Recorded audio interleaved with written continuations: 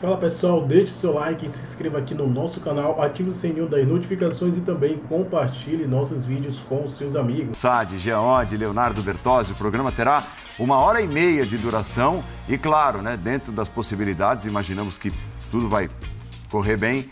Vamos ouvir inclusive os técnicos, o Fernando Diniz, o derrotado, e o Vitor Pereira, o vencedor deste sábado à noite. Fla-Flu, que terminou com a vitória do Mengão 2-0 para cima do Fluminense. Significa dizer que no jogo de volta, no domingo que vem, o Flamengo pode até perder por 1 gol de diferença e ainda assim será o campeão estadual.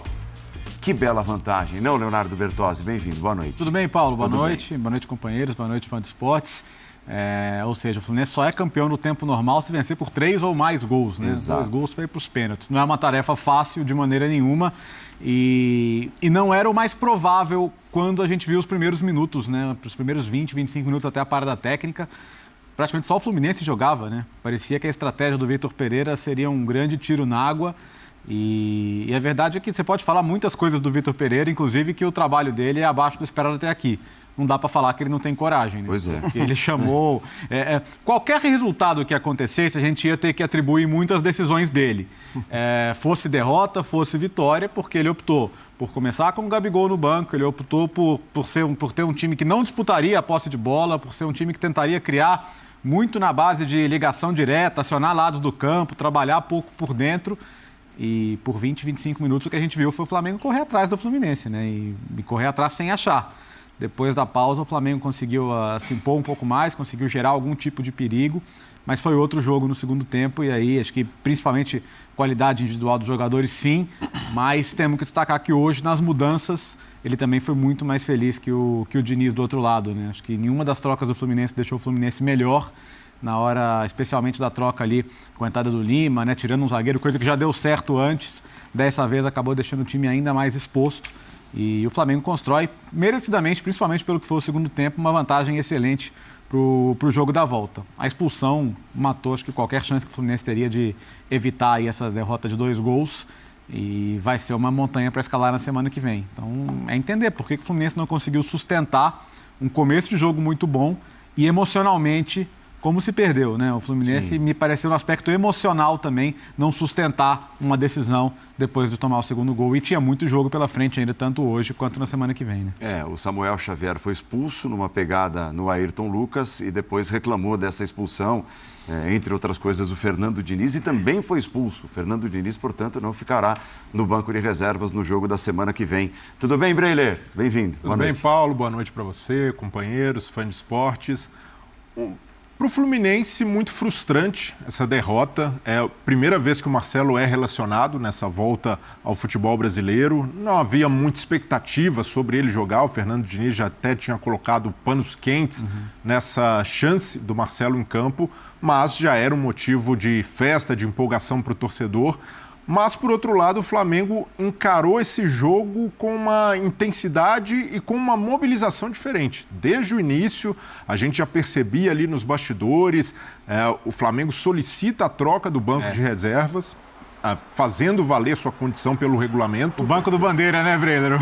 Não só o banco do Bandeira, mas também mudando o aquecimento dos jogadores atrás da torcida adversária. O torcedor do Flamengo fazendo pressão ali nos reservas do Fluminense. O Fluminense tem o direito de fazer isso no jogo de volta, né? Reaver a condição que era comum em clássicos, mas só com essa decisão o Flamengo já mostrou que dava um tratamento especial para esse jogo e o Vitor Pereira também mostrou que era muito importante ganhar, ter um bom resultado.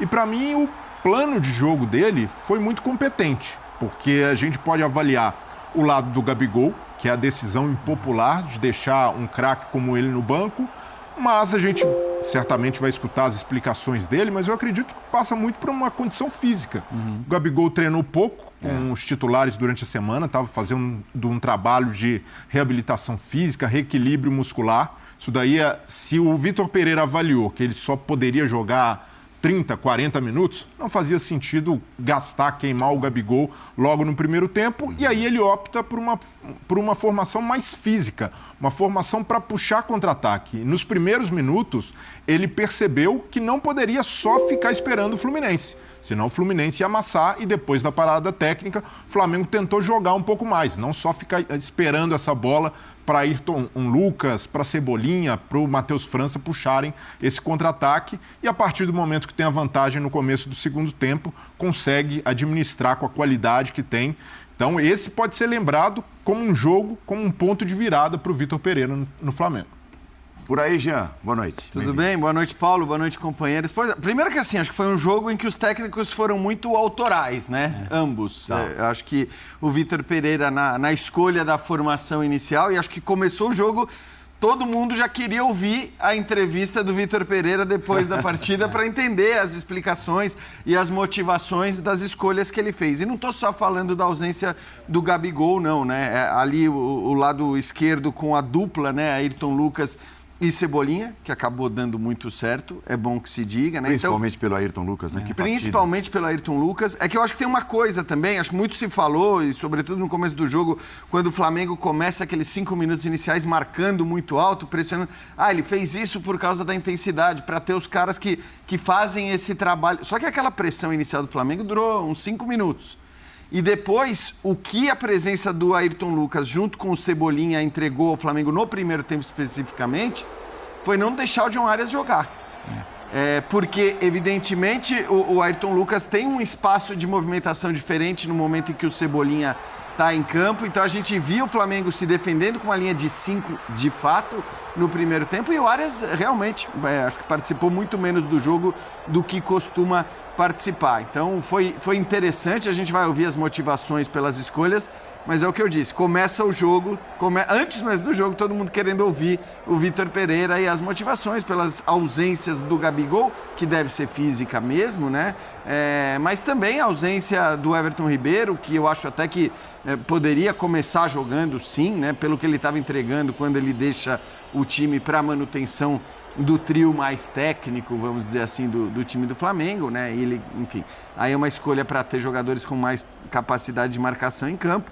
Embora o Everton Ribeiro seja do quarteto aquele que mais marca. Mas, enfim, ele tem que dar essas explicações. E do outro lado, agora o Diniz vai explicar, evidentemente, as mudanças que ele faz no segundo tempo, que, como disse o Léo, é bom lembrar, já deram certo em outras ocasiões. Então não é que o Diniz é uma porcaria, o Diniz é muito ruim, como é que o cara faz isso? Outras vezes isso tudo já deu certo.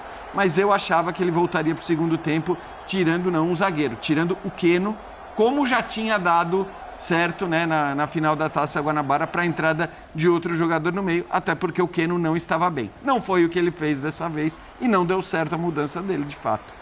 Paulo Calçade, e houve uma coisa emblemática na formação, né, na escolha da escalação do Flamengo pelo Vitor Pereira. Hoje não havia ninguém do quarteto original, né?